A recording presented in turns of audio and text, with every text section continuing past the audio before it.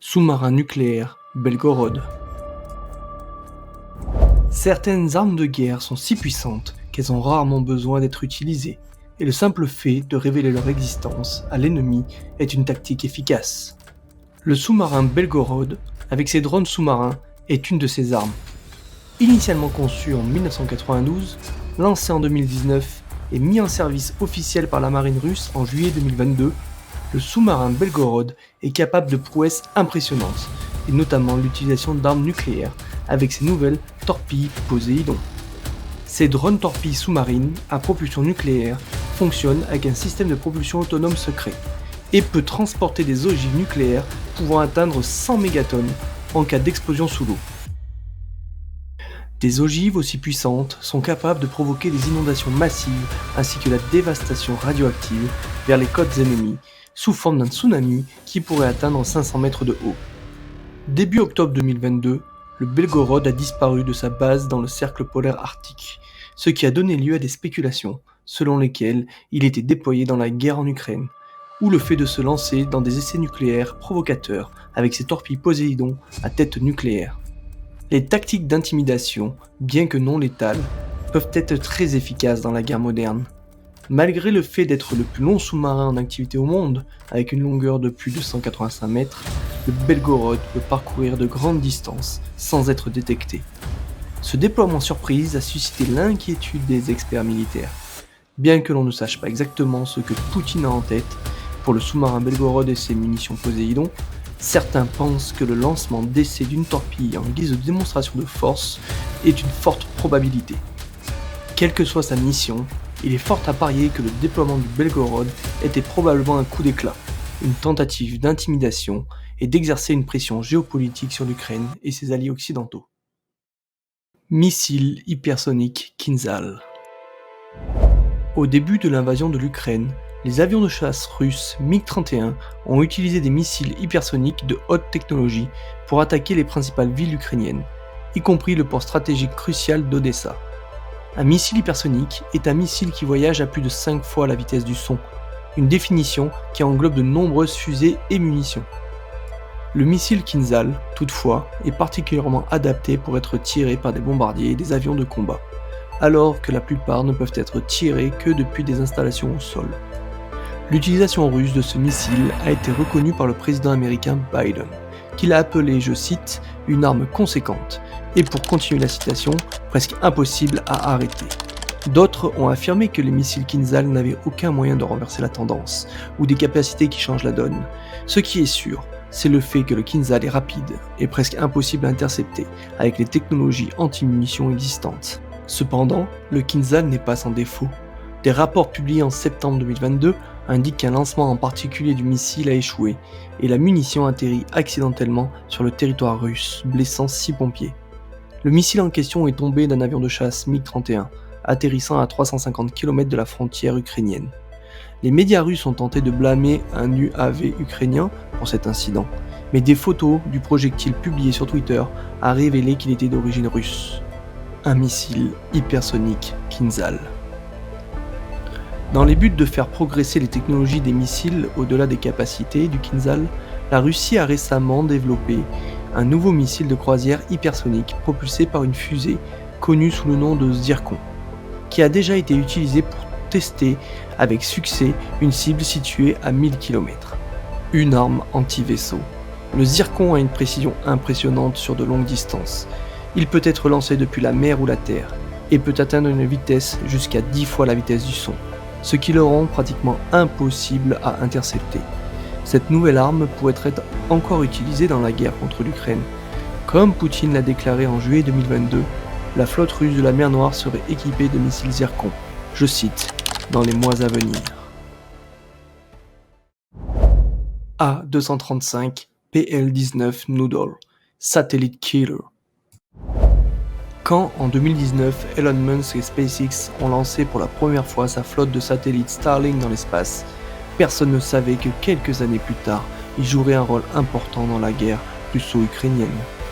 Les satellites Starlink, qui sont aujourd'hui plus de 2300, fournissent des connexions haut débit dans les régions du monde précédemment mal couvertes. Et depuis le début de l'invasion russe, les satellites ont été utilisés par les forces ukrainiennes à des fins de communication militaire, jouant un rôle central et contribuant à inverser le cours de la bataille. Cependant, en octobre 2022, Konstantin Vorostov, du ministère russe des Affaires étrangères, a déclaré que cette utilisation des technologies spatiales constituait, je cite, une tendance extrêmement dangereuse et, je continue la citation, des infrastructures quasi civiles peuvent devenir une cible légitime de représailles. Cette menace à peine voilée contre les satellites Starlink suggère que la Russie envisage d'utiliser certaines de ses armes les plus avancées, y compris les missiles anti-satellites. Le 15 novembre 2021, la Russie a démontré sa capacité à détruire des satellites en lançant un missile contre leur propre satellite Cosmos 1408, le transformant en ce que la NASA a estimé être un nuage de débris d'environ 1500 pièces. Ce nuage, qui en a résulté, a forcé tout l'équipage de la Station spatiale internationale à s'abriter, traversant cette pluie de shrapnel toutes les 93 minutes. Le projectile derrière cette à la fois impressionnante et téméraire démonstration est le A-235 PL-19 Noodle. Le Noodle est le nouveau missile anti-balistique et anti-satellite. L'objectif principal pour lequel il a été développé vise à empêcher une attaque nucléaire contre Moscou. Le Noodle, qui peut être équipé d'ogives classiques ou à tête nucléaire, est capable d'attaques à courte et longue portée. Il peut cibler des objets dans l'espace proche et enfin intercepter rapidement des munitions nucléaires rapides. Heureusement, l'utilisation du système Noodle pour mener des attaques sur le réseau Starlink aurait un effet limité en raison du grand nombre de satellites existants. Cependant, toutes les capacités du PL-19 Noodle n'ont pas encore fait l'objet d'une démonstration. Mystérieuse sphère. Au cours de l'été 2022, alors que la guerre russo-ukrainienne faisait rage, les rapports ont commencé à émerger d'un certain nombre d'objets étranges échoués sur les plages de la mer Noire, ce qui a amené de nombreuses personnes à penser qu'ils se trouvaient liés d'une manière ou d'une autre à l'invasion en cours. Les objets ont été décrits sous forme de grandes sphères métalliques et les photographies publiées sur les réseaux sociaux d'un analyste de la défense du nom de H.E. Sutton, spécialisé dans les sous-marins et les munitions sous-marines, ont révélé un certain nombre d'attaches et de points d'accès décrits par certains comme des cornes. Alors que beaucoup ont suggéré que les objets étranges étaient des prototypes de mines marines, des générateurs de gaz ou des réservoirs sous pression. Sutton, lui, a déclaré, je cite, qu'il ressemble à des mines, mais je ne pense pas qu'il en soit. La théorie principale dit que ce sont des pièces de capsules de torpilles calibre, mais reste non confirmée. Ce missile mentionné dans le billet de Sutton est une famille de missiles balistiques russes, des missiles qui se présentent sous différentes formes et tailles et peuvent être tirés depuis des sous-marins, des avions et des navires. Il existe aussi des variantes anti-sous-marins, anti-navires et anti-missiles du système Calibre, qui a le potentiel de fournir une charge utile dévastatrice pouvant contenir jusqu'à 500 kg d'explosifs puissants ou une ogive thermonucléaire. Le système Calibre aurait été utilisé en Ukraine lors d'un premier assaut lancé depuis la flotte russe de la mer Noire, impliquant environ 30 missiles qui ciblaient des sites stratégiques non destinés au combat.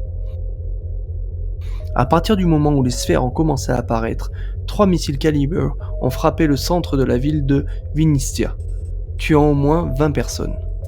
Les forces ukrainiennes ont réussi à abattre 2 autres missiles, mais les théories continuent de circuler en ligne. Sutton maintient sa version, que les étranges sphères métalliques font partie de systèmes de sous-marins Calibre de gros calibre. Cela n'a pas été encore confirmé. Peresvet et Zadira. Les 4 et 5 octobre 2022, les habitants de la ville ukrainienne de Belgrade ont commencé à rapporter sur les réseaux sociaux qu'un spectaculaire pilier jaune était apparu à proximité, brillant haut dans le ciel. Les photos qui accompagnent cet article montraient clairement le phénomène sous différents angles, si puissant qu'il illumine le ciel qui l'entoure. Cependant, la source de la colonne reste cachée derrière les bâtiments de la forêt. Tandis que certains ont suggéré que la source de lumière était naturelle, un étrange phénomène météorologique connu sous le nom de colonne lumineuse, d'autres ont spéculé que cela pourrait être une des rares utilisations par les forces russes de leurs lasers anti-satellites Peresvet. Peu d'infos sont publiques à son sujet, mais il a été reconnu par Poutine en 2018 quand il s'est vanté qu'il pouvait aveugler les satellites spatiaux de proximité à une distance maximale de 1500 km, interférant avec leur communication et les rendant non opérationnels. Malgré tout, beaucoup maintiennent que le pilier de lumière a été causé par la réfraction naturelle de la lumière dans l'atmosphère, qui peut se produire dans des conditions climatiques froides. Une raison pour laquelle beaucoup pensent que les Russes ont peu de chances d'utiliser le Peresvet pour le moment, c'est qu'il est déjà obsolète. Bien qu'il pourrait aveugler les satellites à grande distance, la dernière génération d'armes laser russes est censée être capable de détruire physiquement leurs cibles. Cette nouvelle super-arme est connue sous le nom de Zadira. Yuri Borisov, le député russe et premier ministre chargé du développement militaire, s'est vanté sur les nouvelles générations d'armes laser, affirmant qu'il finirait par remplacer complètement les armes conventionnelles. Développé par le Centre nucléaire fédéral russe, le système Zadira 16 est censé être capable d'enflammer des cibles situées jusqu'à 5 km en 5 secondes. Des allégations ont également été faites selon lesquelles le système est aussi capable d'aveugler et de désactiver des satellites en orbite. Affirmant que la science-fiction était devenue réalité, Borisov a déclaré, je cite, « Ce n'est pas une idée exotique, c'est la réalité ». Pour renforcer ses déclarations, Borisov a affirmé dans une interview télévisée en avril 2022 que le système avait déjà été utilisé en Ukraine pour détruire un drone. Alors que le président ukrainien Zelensky s'est moqué et a rejeté les affirmations de la Russie en les qualifiant de propagande, laissant entendre qu'elle constitue une tentative désespérée de persuader le monde que la Russie possède de plus grandes capacités qu'elle en a réellement. Reste à savoir quel impact les armes laser auront sur la guerre. Pour encore plus d'incroyables et parfois mystérieuses informations, abonnez-vous. Untold, nous sachons.